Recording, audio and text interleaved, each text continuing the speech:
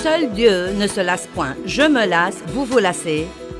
David se lasse, Job s'est lassé, Moïse s'est lassé. Seul Dieu ne se lasse point.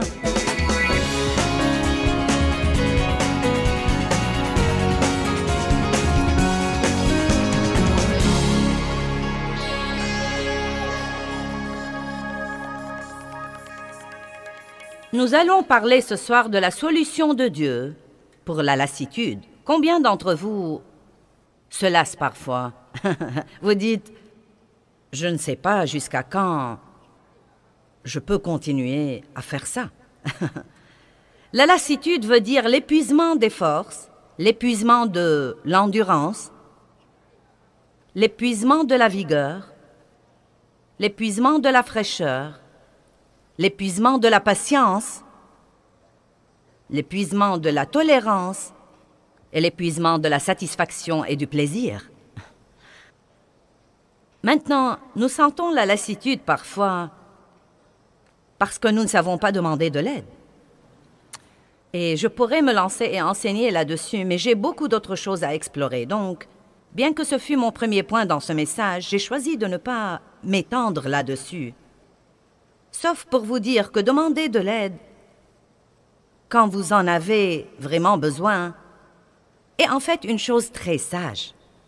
L'impuissance est une réalité, une position de puissance si vous êtes impuissant devant Dieu. Vous devez demander l'aide de Dieu dans tout ce que vous faites. Vous ne pourrez jamais vous débrouiller tout seul, car sans lui, vous ne pouvez rien faire. Si vous avez besoin de l'aide des autres, demandez à Dieu de vous envoyer l'aide qu'il vous faut, mais ne laissez pas votre orgueil vous empêcher de demander à quelqu'un de vous aider. Moïse était sur le point de s'effondrer car tout le monde venait à lui tout le temps et il essayait de répondre à tous les besoins du peuple. Et son beau-père lui a dit « Ce que tu fais n'est pas bien. Tu t'épuiseras toi-même et... » Chose intéressante, il lui a dit « Et tu vas même épuiser le peuple. » Comment peut-il épuiser le peuple s'il faisait tout le travail et que le peuple ne faisait rien? Nous avons tous des dons et nous devons tous contribuer. Et parfois, le leader reste là à essayer de tout faire lui-même et les gens autour de lui sont très frustrés parce qu'ils ont des dons et le désir d'aider. Mais le leader ne sait pas les laisser aider ou recevoir leur aide. Et donc, même comme parents, vous devez laisser vos enfants vous aider. Peut-être qu'ils ne le feront pas comme vous le feriez, mais il vaut mieux avoir un peu d'aide imparfaite que de n'avoir aucune aide du tout et de s'épuiser et de se lasser tout le temps. Combien d'entre vous ne savent absolument pas demander de l'aide? Eh bien, bonté divine, ça fait presque 85% de la foule. Peut-être que j'ai fait une erreur en sautant ce point, je ne sais pas. Mais je crois vraiment que j'ai dit ce que je devais dire là-dessus. Commencez par dire « Veux-tu m'aider ?» Demandez à Dieu de vous aider. Demandez aux autres de vous aider. Je sais que certaines d'entre vous, les dames, aimeraient que leur mari les aide parfois à la maison. Eh bien, ils ne le comprennent probablement pas. Ils ne comprennent probablement pas ce que vous faites. Ils ne comprennent pas que c'est dur. Ils ne comprennent pas que vous vous lassez de le faire comme ils se lassent de conduire dans l'embouteillage tout le temps. Il y a des hommes qui ont plus tendance à aider sans que vous le leur demandiez. Mais il y en a beaucoup aussi qui, si vous le leur demandez, vous aideront. Certains d'entre eux le feront volontiers, d'autres le feront en ronchonnant.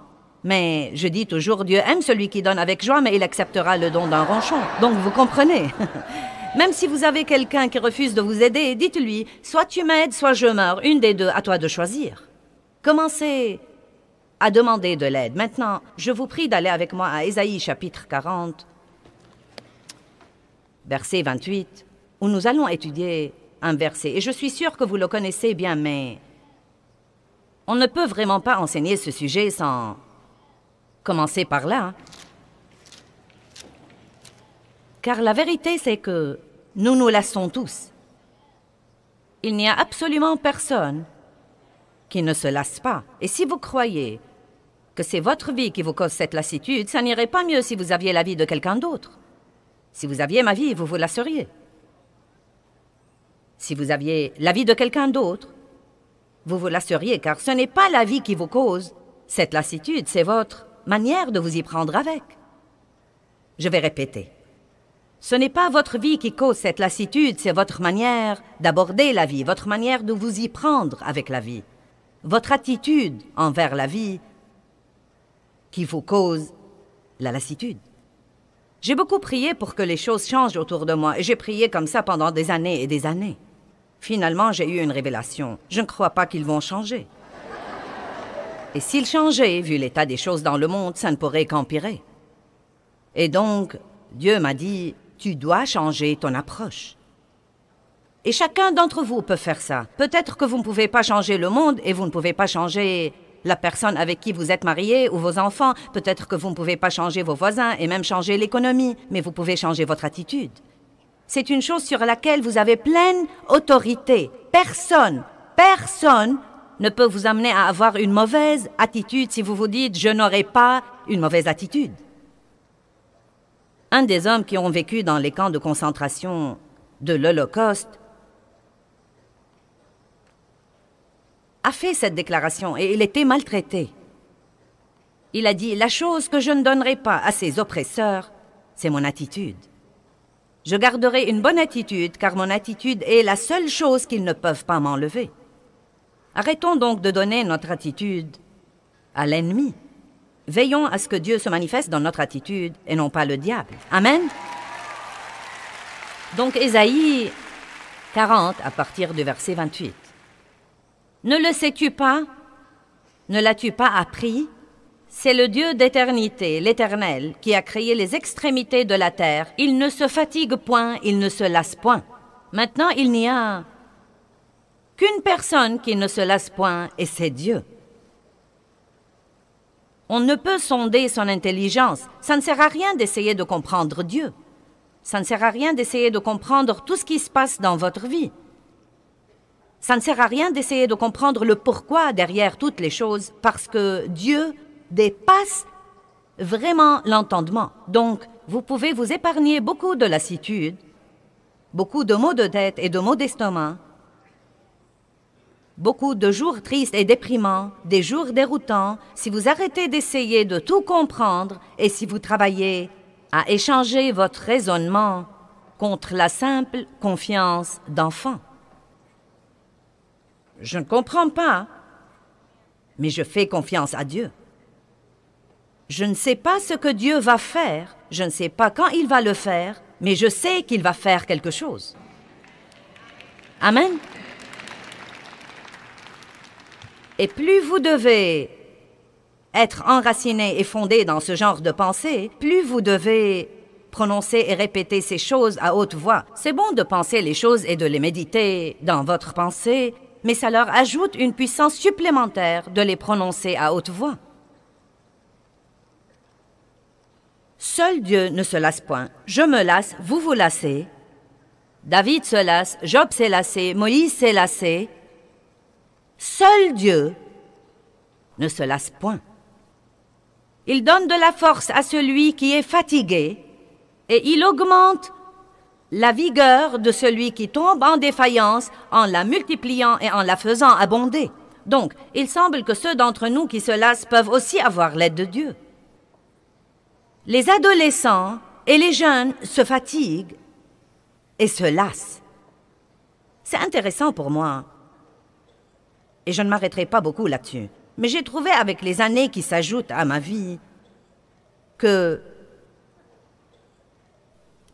la vieillesse est en grande partie un état d'esprit. Vous ne pouvez pas empêcher les années de s'ajouter à votre vie, mais vous ne devez pas vieillir et vous en vouloir tout le temps et arrêter de vous activer et arrêter de vous amuser. Et franchement, et certaines des personnes qui travaillent pour moi diraient amen à ça, Dave et moi pouvons facilement épuiser des personnes qui travaillent pour nous et qui sont de 30 ans nos cadets. Et vous savez, je crois sincèrement que nous ne comprenons pas parfois comment nos vies sont revigorées et se fortifient quand nous allons à Dieu et que nous courons à lui dans toutes nos situations et que nous n'osons pas faire des œuvres puissantes sans avoir été remplis de nouveau et revigorés et ravitaillés en Saint-Esprit. La chose qui nous épuise vraiment, c'est d'essayer de faire les choses tout seul. Si vous pensez que vous n'avez pas de temps pour chercher Dieu, ce petit peu de temps que vous devez passer à honorer Dieu, vous le perdez tous les jours si vous ne le passez pas avec Dieu. Et si vous le passez avec lui, il vous épargnera toutes sortes de temps. En plus de cela, une idée créative peut vous épargner 40 heures de travail. Juste comme ça. Donc, aussi jeune que vous soyez, vous allez vous lasser. Les jeunes hommes privilégiés trébucheront et chancelleront, mais ceux qui se confient en l'Éternel, j'aime ça, qui l'attendent, le cherchent et espèrent en lui. Attendre Dieu ne veut pas dire rester dans une pièce à faire ça. Attendre Dieu ne veut pas dire vous décharger de toute votre responsabilité sur lui et dire « Eh bien, Dieu va s'en occuper ». Non, vous assumez votre responsabilité et vous vous déchargez de votre souci. Vous faites ce que la crise exige que vous fassiez et vous n'essayez pas vraiment d'aller au-delà de ce que vous pouvez faire. Vous faites ce que vous pouvez faire, mais ce que vous ne pouvez pas faire, vous le confiez à Dieu. Tant de personnes se déchargent de leurs responsabilités. Ils ne font pas ce qu'ils devraient faire et ils se font du souci. Nous devons faire ce que nous pouvons faire et Dieu fera ce que nous ne pouvons pas faire. Vous me comprenez? Si vous avez besoin d'un travail, il ne va probablement pas venir frapper à votre porte. Vous devez aller chercher du travail. Vous dites, eh bien, j'ai cherché du travail pendant 3 jours cette semaine. Sortez et cherchez de nouveau. Et dites à Dieu, Seigneur, je vais faire ce que je peux faire. Je vais chercher, mais je ne peux pas amener quelqu'un à m'embaucher. Je ne peux pas me donner une grâce à ses yeux. Toi seul, tu peux faire ça. Et je vais répéter, si vous faites ce que vous pouvez faire, Dieu fera à son tour ce que vous ne pouvez pas faire. Amen. Quelqu'un a dit cette semaine, et c'est une bonne déclaration, les miracles viennent avec des « je peux ». Je puis toute chose par Christ qui me fortifie. Je peux aller chercher du travail. Je peux nettoyer la maison. Je peux laver ma voiture. Allez, faites ce que vous pouvez faire et vous rencontrerez sûrement toutes sortes de miracles dans votre vie. Ceux qui se confient en l'Éternel renouvelleront leur force. Attendre Dieu ne veut pas dire...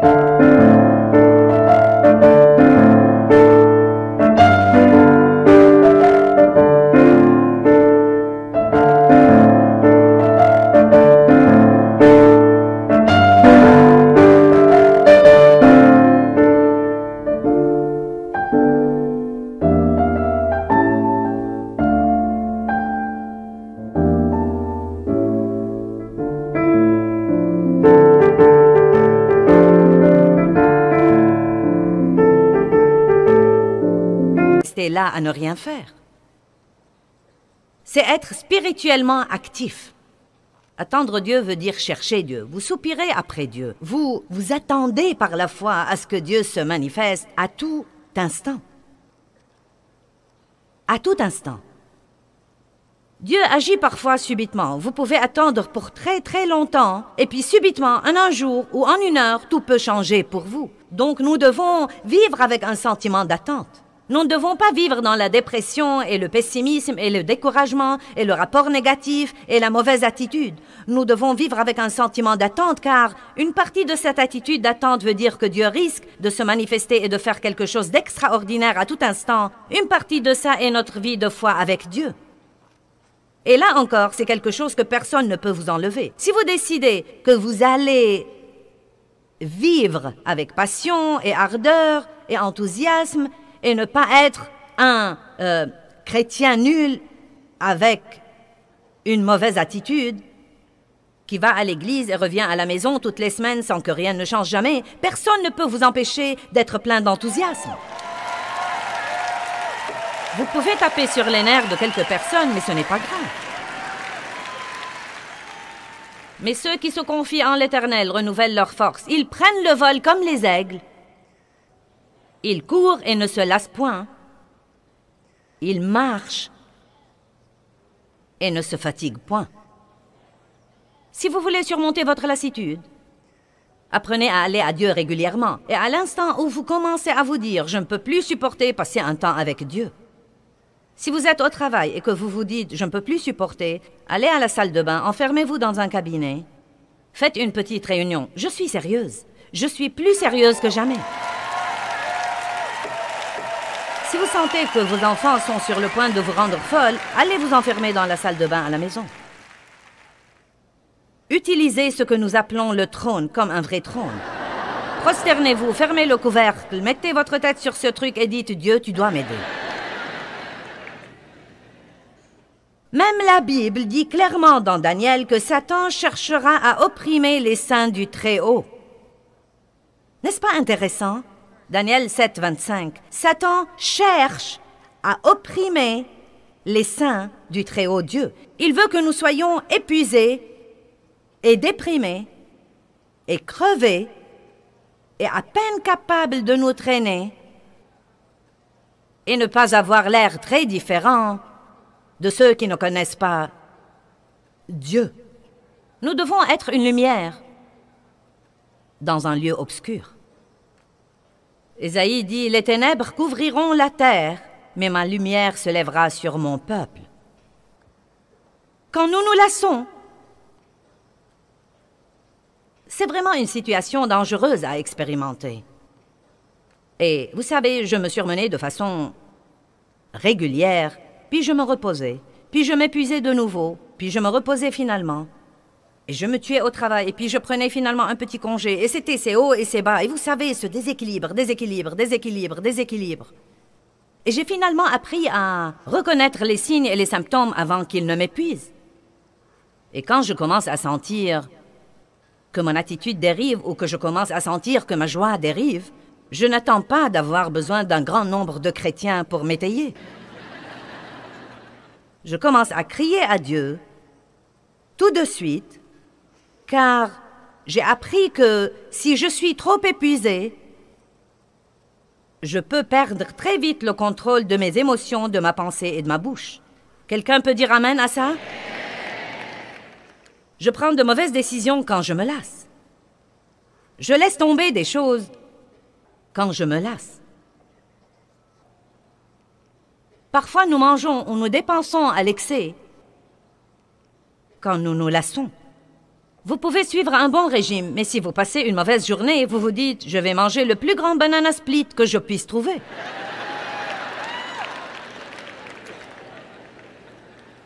Nous devenons ronchons quand nous nous lassons. Nous nous apitoyons sur notre sort. Nous ne jouissons pas de notre vie et nous avons tendance à ne pas résister à la tentation, aussi bien qu'avant quand nous nous lassons. Mais Dieu merci, il y a une solution. Dieu nous a fourni une solution et nous allons en parler ce soir. Ça s'appelle le repos de Dieu. C'est absolument la situation la plus belle à expérimenter. Allons à Matthieu chapitre 11. Le repos surnaturel de Dieu.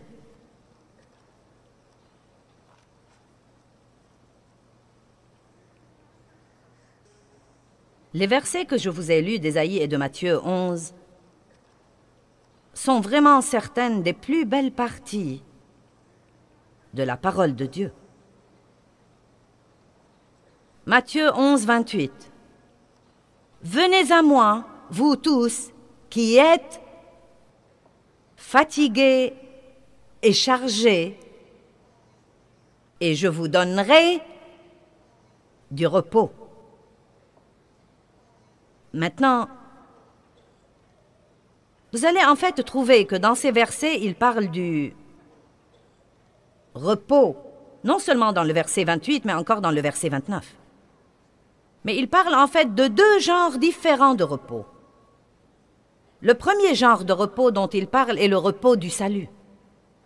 Venez à moi et vous trouverez du repos pour vos âmes. Quand vous recevez Christ comme votre sauveur, même ceux d'entre vous qui avez accepté le Christ ce soir comme votre sauveur, vous sentez que vous avez été soulagé d'un fardeau, vous sentez une fraîcheur au-dedans de vous. Il y a de fortes chances que vous allez passer ce soir une des meilleures nuits de sommeil que vous n'avez jamais expérimentées depuis longtemps, à moins que vous ne soyez excité au point de ne pas pouvoir vous calmer. Mais vous allez vraiment le sentir, ça va être comme ça. Ah, oui. Et donc c'est le premier repos que Dieu nous donne. Mais il y a un autre genre de repos dont nous avons besoin et dont Jésus parle ici, et c'est le repos dont nous avons besoin pour vivre dans le monde et s'occuper des situations dans le monde et s'occuper des gens dans le monde et s'occuper des déceptions et s'occuper du trafic et s'occuper du stress sans pour autant les laisser nous vexer, nous déranger, nous voler notre joie, ruiner notre santé, ruiner notre journée, ruiner notre vie, et ainsi de suite. Vous voyez, c'est la chose que nous avons comme croyants en Christ et que le monde ne peut pas trouver. Donc, quand ils ont ce genre de bouleversement et de désarroi, ils essayent de l'anesthésier. Ils essayent de l'ignorer et de le fuir par l'intermédiaire de beaucoup d'autres moyens. Mais nous pouvons en réalité nous en occuper. Dieu ne nous a jamais promis une vie sans problème. Mais il nous a promis une vie au-delà des problèmes.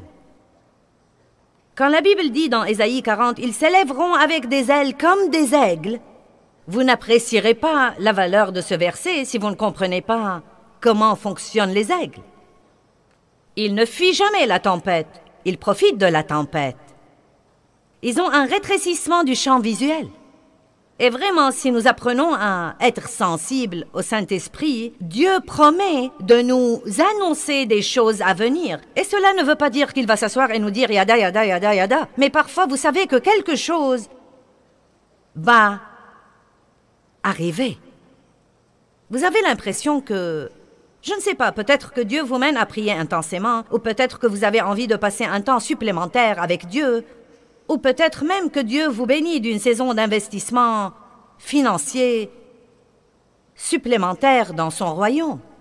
Et parfois, ces choses sont une préparation. Nous ne nous en rendons même pas compte, mais ils sont une préparation. Il y a des jours où je prie dans l'esprit presque toute la journée et je ne comprends pas consciemment pourquoi, mais je sais qu'il y a une chose spécifique à laquelle je me prépare et je crois que je me prépare déjà à avoir la réponse quand j'en aurai besoin, avant même de savoir quel serait le problème. Je suis reconnaissante de pouvoir vivre dans l'esprit et non seulement dans ce royaume naturel. Vous voyez, les gens qui n'ont pas Christ ont l'esprit mort. Ils ont un esprit, mais il n'est pas vivant à l'égard de Dieu. Quand Adam a péché, il est mort spirituellement. Il a perdu sa relation avec Dieu. Quand vous êtes régénéré, Dieu vient vivre au-dedans de vous et votre esprit prend vie à l'égard de Dieu. C'est comme... Et vous devenez plus lucide et plus conscient de Dieu et vous devenez plus sensible à la voix et au leadership de Dieu. Amen. Et donc, les aigles ont un rétrécissement du champ visuel. Nous l'avons aussi, pour ainsi dire. Ils peuvent voir une tempête venir de très loin. Eh bien, ils ne la fuient pas. Alors que les poules de la basse-cour, quand elles voient venir une tempête, elles se précipitent et soulèvent la poussière et courent au poulailler avec toutes les autres poules. Mais pas les aigles. Les aigles profitent de la tempête et attendent la tempête.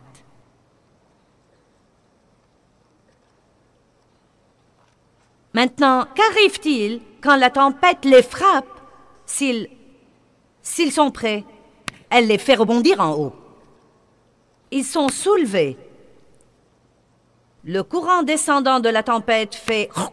et ils volent simplement vers le soleil et voient les idioties d'en haut Et ils se servent en réalité de la tempête pour les soulever. Maintenant, oui, Dieu permet vraiment des tempêtes dans notre vie, mais en même temps, il ne permet aux difficultés d'entrer dans notre vie que si elles sont destinées à travailler pour notre bien et finalement à nous soulever et à nous fortifier.